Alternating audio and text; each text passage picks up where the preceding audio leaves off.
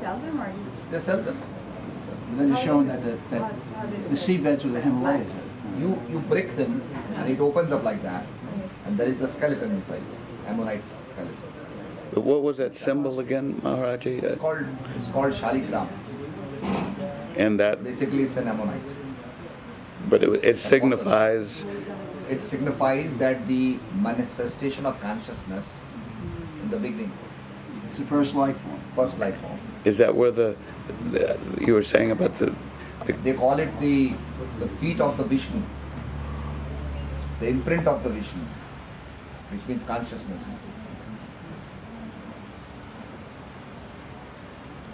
Because in Hinduism there are Trinity, the Brahma, Vishnu and Mahesh. Like in Christianity, the Son, the Father and Holy Ghost. So Shiva is supposed to be like Holy Ghost. Which is consciousness. Which is Spirit. Spirit. Holy Spirit. Didn't you once say that when they discovered that would signify the closing up of the mountains there? That is the Badrinath one. Huh. That is up in the mountains. Would that be the flood that was there? The flood was there, yes. And that was The flood was not prophesied. in Badrinath side, it was only in Kedarnath side. But this is all global changes are happening, this is just global warming is happening. The king of Japan was very much interested in Uttarakhand. He was inquiring from me that how did this happen. I said the glaciers melted. And there were lakes up in the mountains. Like we have the Mansarovar lake, Rakshastal, all these small lakes are there. And the water from the lakes permeates, it goes under the earth. And then from different places the springs come. That's how this happens. So these lakes burst because the glacier were melting. And the lakes could not contain the water, so just flooded. 8 lakes broke completely. That's how it happened. And that was all prophesied, right? Completely there. Well, what's going to happen to the future water supply? You saw that 2012, something like that. Yeah.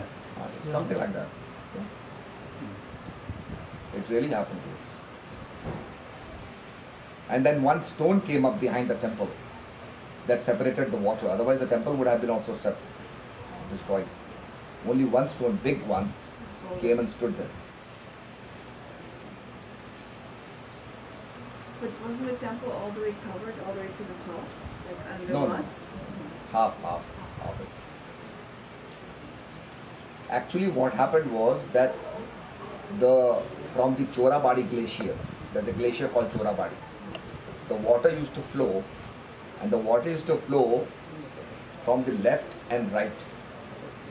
Now what they did was, on the right side, they constructed all the houses. And the water was only from on the left side. So when the dam broke completely, like the lakes broke, everything was destroyed. It was horrifying. How many people lost their life? More than 30,000. 30,000. Has Red Cross been there? The Red Cross? Only army was there. You brought the army up, right? I brought army, navy and air force.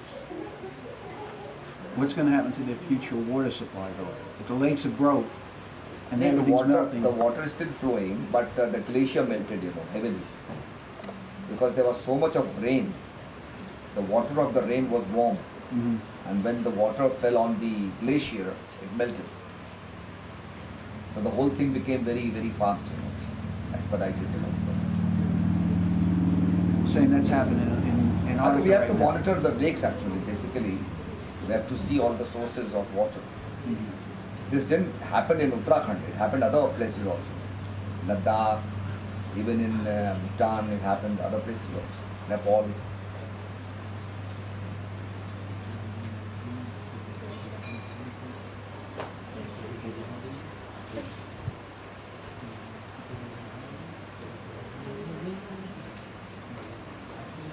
We were all young ones, we're all gonna go old, whether we were single, whether we were with someone, You know, they're all phases of life, you know. But you are the center of all those phases, you know. So whatever you choose, you know, you have to be dedicated to that choice also. See, the main thing is that the mind will always be attached to or will think about something that it does not have. That is the movement of the mind. And the mind exists because of its movement, you know. Because we are thinking about something, the mind overpowers the moment, you know. So the mind will always look for something to think, you know. Like I have ice cream in my hand, I'm looking at someone else's chocolate. So I'm forgetting what I have in my hand, you know. I'm not relishing it, not enjoying that moment. And if I do enjoy the moment, not see what other people have, then there is no movement, there is no conflict, you know. I will enjoy that ice cream, I'll enjoy the moment, and I'll gain the satisfaction, the contentment of eating a very good ice cream. But the moment I get something, my eyes are automatically looking at what other person has. So that movement can be only controlled by the self. So just don't worry about too many other things, you know, what people think, what people say, and that's maturing also, you know, in yourself, you know, so to speak. Because for sure we are conditioned to a lot of things, you know. One of the basic human conditioning is that we all want to be appreciated. But we do not learn to appreciate ourselves, we want that appreciation coming from someone else, recognition coming from someone else. Someone should smile at us, someone should look at us. And that is a conditioning that is very hard to break away from, because that's how we are taught, you know.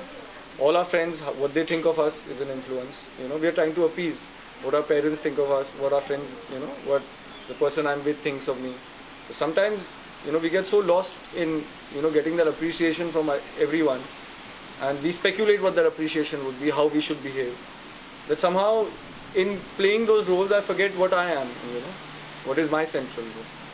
So that is the most difficult conditioning to break out of, you know, and it happens, you know, when you slowly focus within yourself, when you make your own choices and you stick by them, you know, no matter what the world says and no matter what the world thinks, and you know, you find your place and your path.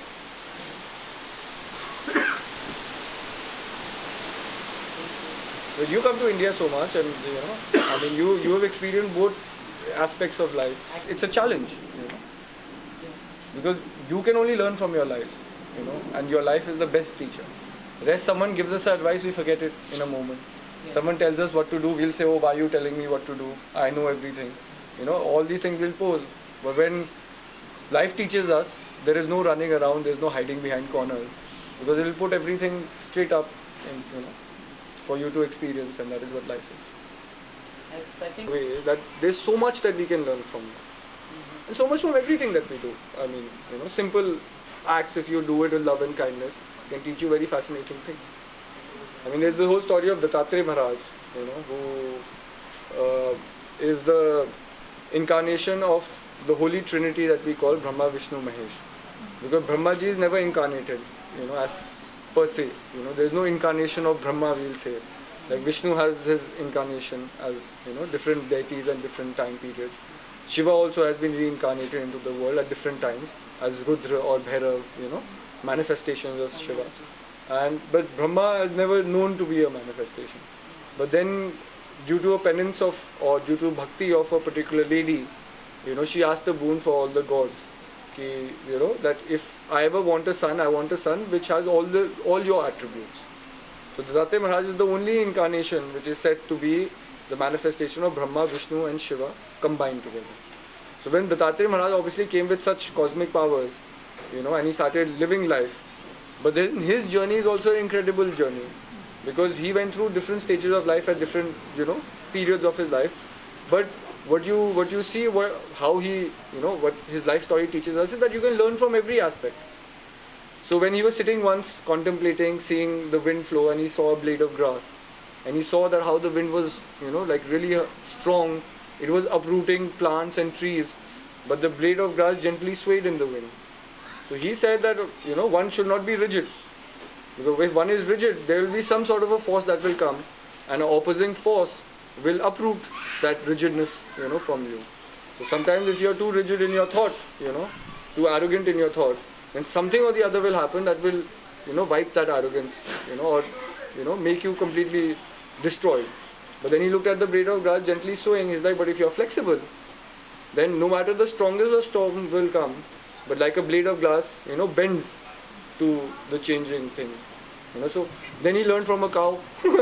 He learned humility of a cow, you know. I mean, what does the cow ask for in return? Nothing. I mean, it gives us milk, it gives us all that we need, from that milk and that sustaining thing. But in turn, it does not ask for anything. So like that, in his life, he said he accepted 22 gurus, just by seeing the natural phenomena occurring through him. Because he had the awareness to learn from each experience. And that's what he says is the Adi Guru. The Adi Guru, which is perpetual, is consciousness itself. And consciousness itself is imbibed in you, imbibed in you, imbibed in all of us. So consciousness is the greatest teacher. But we have to learn to listen to consciousness. Till that process doesn't start, then, we are blind to so many things. We are blind to our own self, our own purpose, our own journey. So that I feel is a very great factor. Why? Because, he teaches through his life that you can learn from any moment in life, whatever is happening to you, there is a teaching behind it. But provided that you have the awareness, you have the clarity of the mind to, penetrate through that learning. And he did it. So if you read about him, his life is also a very incredible journey. You will never, realize the complete truth. For sure, you are a person with great skills and great, capability or mental powers. But then to go beyond the mind won't be possible. Because your ego is constrained within the mind and it's defining you, So then there's a whole conversation which is called Tripura Maharahasya. And that's where Dattatreya Maharaj explains, Parshuramji, the purpose and the meaning and, how to overcome the ego. And it's a very big thing, very big book. So that's in English.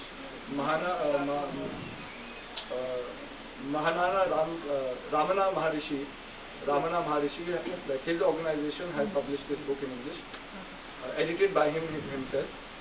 And it's just Tripura Maharishya, you do Ramana Maharishi. Yes. There's the whole thing will come.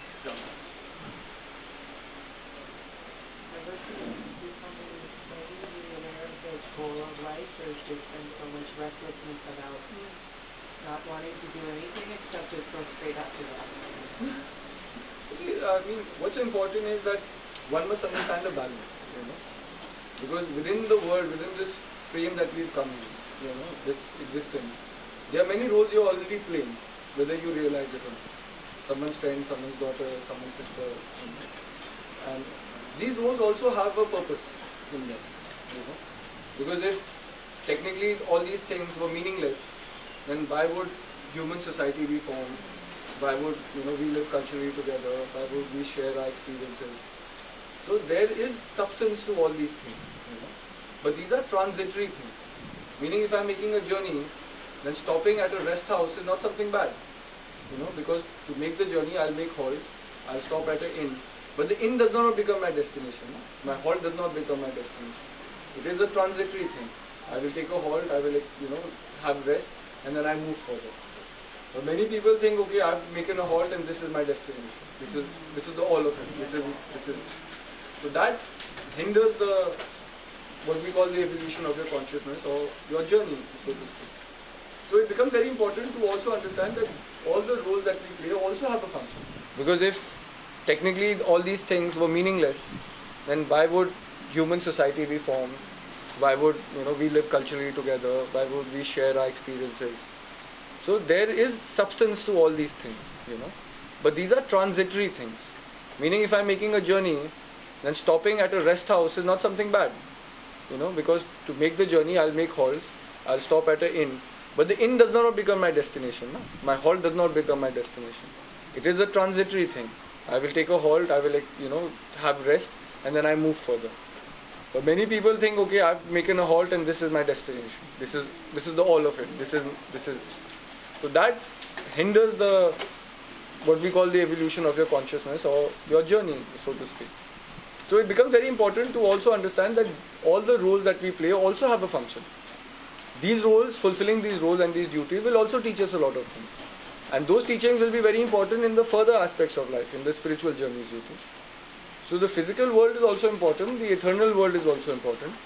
That is what we call the Sakar and the Nirakar. But both complement each other. You cannot have the Nirakar, how will you experience it without having the Sakar world? And the Sakar world does not exist by itself unless there is the Nirakar behind it, supporting it. So both are important, but the journey will stem from what? From a lower point to a higher point, you know. Just like the flow of knowledge will come from a higher point to a lower point. In the same way, our journey, like if you are receiving something, then that will uplift us, no? So that's why our journey is from the Sakar to the Nirakar. It cannot happen the opposite way. You know, you cannot understand the Nirakar and then you understand the Sakar. You have to understand the Sakar, the world, your place in it, you know, how the worldly system works. Then only you can transcend. So that's the journey every individual takes, and you know. So sometimes, you know, when people go into the extreme of shunning their worldly responsibilities, thinking, okay, even if I'm a father, I'm taking sannyas, someone else can take care of my children. Somewhere deep down within the consciousness, that can be a binding, that can be a band, you know, because you have failed to perform your worldly duties. When you fail to perform your worldly duties in this moment of, you know, say, a small moment of your life to be, your soul's journey, you know, because each lifetime is a figment for the soul, na? It's a moment of experience. Like if a person has taken 100 lives and deaths, he's gone through that, then one life is insignificant to the totality of the 100 experiences he's having. Na? It's a moment in time. If you put a timeline, and if I put all my births in a timeline, then one experience is a moment in the timeline. It's a minute, it's an inch in the meter, you know. So the totality is something very different. But the inch that you're experiencing it's insignificant. But in that insignificant inch, if you cannot be true to your duties, then how can you be true to your duties in the totality? That is why understanding your worldly duties is also very important. Fulfilling them is equally important. And once you fulfill them, the foundation that is laid by fulfilling your worldly duties becomes the foundation of your spiritual journey. You know, because as a spiritual person, now say suppose I am a Siddhak and certain powers are given to me, and if foundation is not very strong, then what's the guarantee I will actually use those powers for the good that I am trying to project myself to be? And that's what happens. That most of the people, when they receive something, you know, when we say, okay, being in power is completely different than people who aspire to be in power. That we say, na, that power changes a person. Either it corrupts a person but there is some change in the person.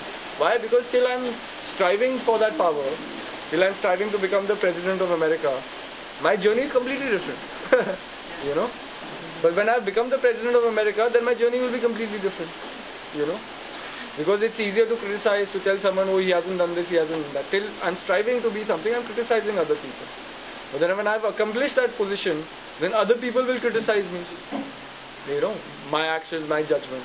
So when I come to that point where I have the power to make certain decisions, you know, whether I'm true to myself or not, that also changes people.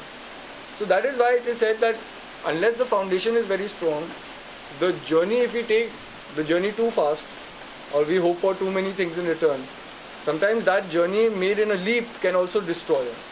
This is called spiritual arrogance, you know, and that is also equally devastating.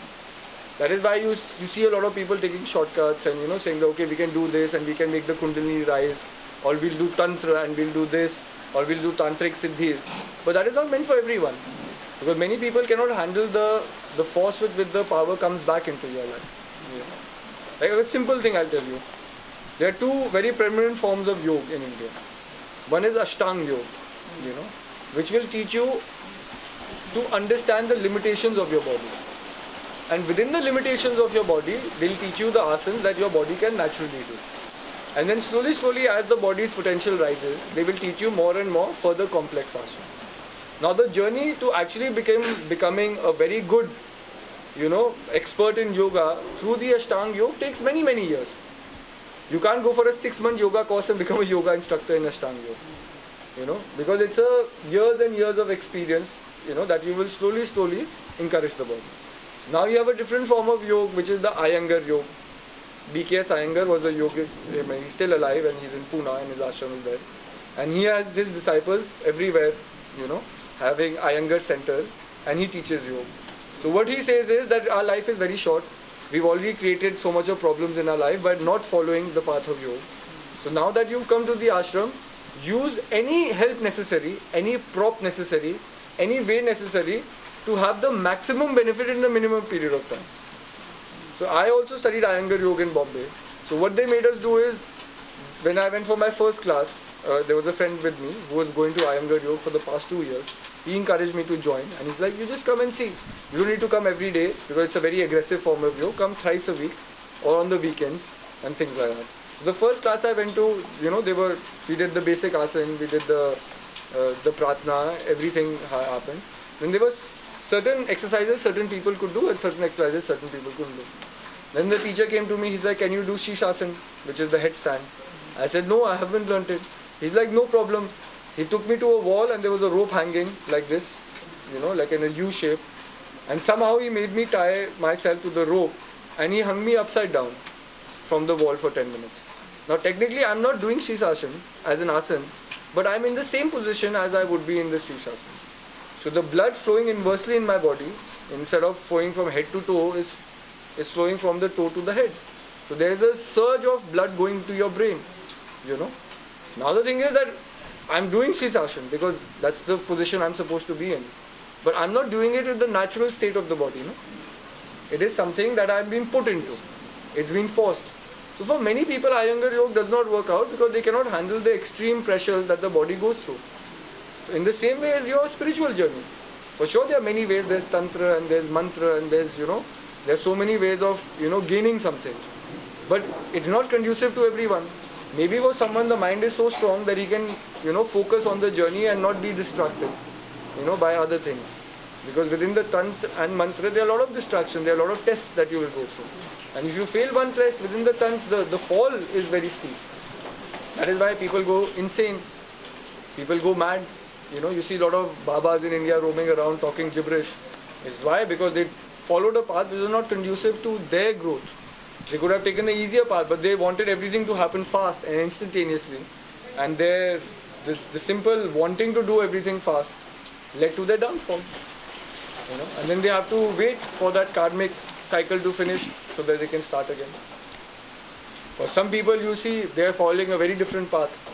Like we were in Kumbh last year in Allahabad, last year when the last Mahakumbh happened. And I was speaking to a Baba, we were roaming around, I was with a Mahatma Ji. And we saw a person who was standing on one leg. So I asked him, Baba Ji, how long have you been doing it for? So he's like, it's almost going to be 12 years. So I said, how? He said, because my Guru told me for 7 years stand on one leg and whatever siddhi that you are aiming for, you will accomplish. But he's like, in the 6th year I put my leg down, by accident. So he's like, now I have to do it for another 7 years, continue it again. So he's like, this time I'm in my 12th year. So I said, what do you hope to gain out of it? You did it for 6 years, something didn't happen, now you're doing it again.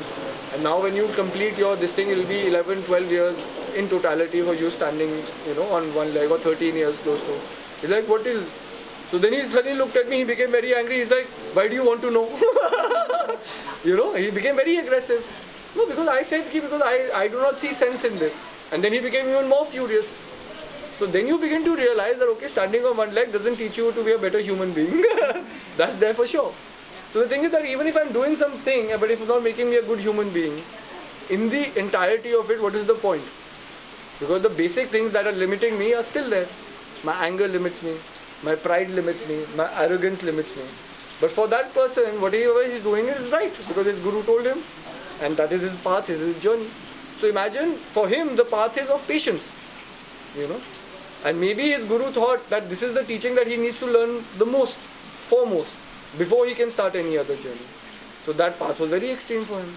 But the fact is that within the 7 years of standing on one leg, it's not the point that by standing on one leg something miracle will happen to you. But it's when you're going through that journey, how you're contemplating, how you're experiencing life, whether humility is coming or not. That is also essential part of your sadhana. No? Now if that process is not happening, then my sadhana is not in totality, I'm not doing exactly what I'm supposed to be doing. Because standing on one leg is a physical aspect to it. But then there's a mental aspect to it, that's happening. You're fighting with the mind moment to moment, you're fighting with the pain, you're fighting with the desire. But then that fight also has to move on into a deeper sense, where I fight with the negativity of myself, I fight with my anger. But for him, that journey hadn't been completed where, he could control his anger. Because in a moment when I started questioning him too much, or I started telling him what you're doing is wrong, automatically his latent, nature started coming out, his anger or his restlessness started coming out. So that means even after standing for 12 years on one leg, like the basic problem that was meant to be fixed was not being fixed to begin with. So then the question arises that what he's doing is right or wrong. But according to him it is right. According to us from a different perspective, it is something that can be avoided. So that is why an individual has to find the right path which leads to the direct experience. There are many ways, there are many this thing, but it's meant for different temperament and different, past experiences that we are coming with. Because all of us come with a baggage in this world. And we add on to the baggage with each and every experience. Now the thing is to let go of everything. And to let go of everything, you have to learn to forgive and you have to learn to forget. And that is one thing that is very difficult for any one of us to do. Because you meet someone who has harmed you, immediately seeing his face or hearing his name will take out all those memories, will take out all those emotions, will take out all those feelings that you've long suppressed or you thought were forgotten. But if they are coming back, that means they were never completely forgotten, So, it's different for different people, It's how our temperament is. For some people, people are sensitive, they'll hold on to things longer. For some people, they are not sensitive, a little stronger, so they, move from one experience to the other very fast, without thinking about it. So, I guess the journey is, each individual journey is very unique, We cannot have certain guidelines that if happened to me, this will happen to the same person. But what is common for the journey to be completed is that all of us must have a sense of purpose to begin with, And we must be dedicated to that purpose. And we must surrender to that purpose. Now, that if we can fulfill these criteria, then the journey becomes easier. Otherwise, life will teach you how to be humble any which way through experiences. So for each individual, what must be done, irrespective of, what the circumstances and situations are. Whether they are conducive or not, or whether they are not. And the true challenge of your purpose will only outshine itself when things are not conducive to your goal. Do you understand? Like there's an example that there was an old lady in the village. Everyone used to praise her, oh, she's so nice and she's such a good person. And that, she really takes care of all her maids and the people working in the house and really loves them. Now, one person came into the village and he heard about this lady's praise again and again. And he's like, okay, does the women have any problem? Like the old lady has any problem? The people said, no, she has no problem. She has a steady income, she has a good house, people help her. So the person said that, how do you know that the person is good? Because there is nothing bad happening in her life. So her response to basic life is always good. Now let's create some problems in her life and then let's see how good she is. So the person who was supposed to pay her whatever rent, they said, okay, sorry, we don't have money this time. We can't give you, we'll give you the rent of the house after 2 months. So what happened is automatically the first month was okay. She had her savings, she used that. The second month came, she had no income and there was no food in the house. Certain things were sparse. And then she started becoming angry on the maid that stop wasting this, stop doing that. So an adverse nature came. So meaning that is that everything is conducive in life and everything is going to what we want. How do we know the nature that comes out of us is our inherent nature? Obviously everything will be good, we will be all smiling if there's no problem. But when true problems or certain challenges do come in life, then is the true test now, whether I am dedicated to my purpose or not. Like if I'm dedicated to my purpose, then my internal nature should not change irrespective whether I'm having good things in life or bad things in life. My perception of the world should remain the same. But it doesn't. So that means there is a lot of work to be done inside. So it's a test, it's a gauging point. Whatever I've accomplished in the good times, whether they have retained in me or not. Because when the bad times will come, that's the only way to judge whether I've held on to my beliefs or my value system. And that holding on to your value system is something that has to be done. Because who upholds the dharma? Like there's a story where this person went to a master and he said that we build a house, we put so many columns and so many pillars to support the house. The wall supports it, the pillars support it, But then we see this world where the sky exists and the earth is there. But what is sustaining this balance? You know, we don't see pillars supporting the sky and the earth. Meaning this natural world exists. Where are its pillars? So the sage said, you asked a very good question. But I can't just give you an answer to this. But you have to do something. You have to live with me for a few days in order for me to give you this answer, because this is a very deep answer that the question is very deep. And I can't just in words put what the answer is. So the person is like, you know, I'll do anything what you ask me to do. So he said, okay, momentarily become my disciple, renounce the world, you know, I'll give you some, you know, simple aesthetic clothes, take that, and you travel with me. And after we travel for 3-4 days, within the journey, I'll explain to you, you know, the answer to your question. So the person starts traveling with him. They travel for a few days from one village to the other. Then they reach a very small village, which is a hamlet of say 20 odd huts together, you know. So they stop for the evening, they have no food. So the Sadhu Maharaj says, okay, you know, every day we've been asking, you know, villagers for food. They've been very kind to us, they've given us food. But today when you go and beg for food, do not do it in a polite manner. Do it in a very aggressive manner. Even if you have to abuse the other person, abuse the other person. Even if you have to shout at the other person, shout at the other person. But do not in a polite way ask for food. So even this disciple said, like, I mean, the person who had asked the question said, it's a very odd request, but since I've, you know, surrendered myself to my master and I've told him that I'll do exactly what you tell me to do, so I will have to follow his rule. The first out he went, he knocked and he started shouting, you know, very aggressively, give me food, what is this? You know, there's no decent person in this house, whatever, in whatever aggressive way he could. So automatically this person opened the door and he's like, get out of here, you know. Like you are begging for food and you have no humility, you know, of asking also, you know, and you're demanding food, we don't have any food for you. He was kicked out. He went to another person, he did the same thing. Some people who were more aggressive than him hit him, someone kicked him, you know. And after getting beaten from one house, shouted at, you know, from every house, he finally sees this last hut that is remaining. And he said, no, Guruji said to go to every house. So he's like, after I've received so many, you know, abuses, so much of hate, what's, you know, I will not lose anything if I receive another slap from another house, you know. I've already received so many, it doesn't matter. So he goes to that end home and he shouts and he does everything.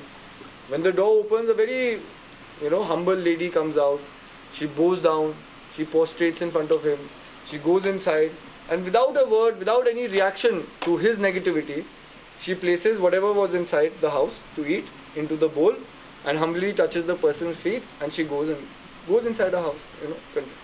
Now this person is so shocked because everywhere he went, you know, to his reaction there was a reaction, you know. He said something aggressively, the other person, you know, gave the reply in that same way. If he abused someone, someone hit him, you know. If he was negative to someone, someone kicked him out of the house. No one gave him food. But suddenly he sees this girl who gives him the food. You know, he was aggressive to her, he said all the wrong things to her, he was abusive to her. But this lady still put food in the bowl and he sent. Now he's so shocked and taken aback that by the time he reaches his master realizes that something has happened to him. That's why he's so quiet, you know. He's shocked. Master could read him. And when the master said, what happened to you? I know, I can make out something did happen to you. So he says, no, it's almost a miracle has happened to me. Because he's like, I did what you asked me to do, and every house that I went to, I was kicked out, I was beaten, I was abused. But then there's this one house that I went to, where even no matter how negative I was, I only received positivity. I received food, I received reverence, the lady touched my feet, and you know, this is no short of a miracle, you know, because I went to each household, everyone was human beings there. But then I didn't receive this response from anyone. So the Guru Maharaj laughs and says that you found the answer to your question. So he's like, what do you mean? He said, you asked me, what are the pillars of this world? You know, what sustains what we call dharma in this world? So he's like, it's people like that lady that sustains what dharma is. Because dharma is not what the world does to you and what you do in return. Dharma is what will you do irrespective, what is right thing to do. So the right thing is that no matter if someone is in need for something, your duty as a human being is, if you can, you have to be there to the fulfillment of that person's need. Whether he's abusing, whether he's doing that. But we don't look at the world like that, no? We say, what have you done for me? That is the first question. I have done this for you. We relate everything in the world, even exchanges within the relationship, with a give and take feeling. You know, like we value certain things as an exchange. But then true love, there is no exchange. There is only surrender and there is only giving. So he said that when you say how does this world exist? This world exists because there are people like that who will always do the right thing, irrespective of what is given to them. You know, those are the people that uplift the dharma. And even if one person is uplifting the dharma, the world sustains on the hope that that one person can be the cause of the change. You know, and in society, if you see, from the time where things have gone really bad, there has been only one person who has led the way. No? When things were very bad, there was a person called Jesus Christ who was born. He led the way. When things were very bad, there was one person called Prophet Muhammad who led the way. When things were very bad, there was one person called Buddha who led the way. And because they did it, they became beacons of hope for the rest of humanity. And that hope has sustained so many people, sustained so many lives. Maybe all those lives have not been fully transformed like Buddha's, but still that journey so many people have undertaken to transform their life like Buddha. So that has sustained dharma in the world. Otherwise, if man was left to its own mess of things, we could have easily destroyed the world ages ago. You know, and we have done it. I mean, in history books we talk about the World War I and World War II. You know, the biggest wars that the world has fought. You know, but that's not the only wars we fought. If they were the only wars that mankind has fought, then World War II or World War I could have been, you know, the pride of human history in a way. Meaning that from those two wars, we have learned that war serves no purpose. They could have been marks in the human history to show, you know, that this was the folly of mankind. But before World War I, there were wars being fought ever since what? The Crusades were wars. You know, before that Alexander did wars. Before that, I mean, you look at any period of human history, you know, predates, you know, 10,000 years ago, what civilization? They were fighting, you know, for more land, for more thing. That fight continued. World War I came, World War II came. After World War II also we didn't learn anything. After dropping nuclear bombs, you know, I mean, we did it to ourselves, not to anyone else. And after that, we still haven't learned and we are still fighting wars. India and Pakistan are having a Cold War. You know, Palestine and Israel have been fighting for more than 60, 70 odd years. And those wars are continuing. So what have we learned out of it? Nothing. So left to our devices, we could have destroyed the world easily. But then you see that every faith, every belief system has certain beacons that have given the world hope. You know, that have somehow stayed the aggressive nature of mankind. And the world has sustained. Even after so many wars, life is progressing, life is moving on. Because there are people who are doing the right thing. And if they stop doing the right thing, then we will destroy ourselves. Where is the moral check? Where is the value system that we all adhere to or we aspire to? These things will not exist. So it becomes very important to do what is right, irrespective of what is happening to you, you know, around you. Because those around things, how can we change people's perception? When it's so difficult to change our own perception, you know. And if we could change our own perception, then only we have power to change someone else's perception. It doesn't work the opposite way around. It's not that I can cause other people to understand something and not understand it myself. It cannot work that way. So first I have to have a duty to my purpose in life. Once I am fulfilling that, then automatically you will be an inspiration to other people. Automatically you will have the power to help other people when the time is done.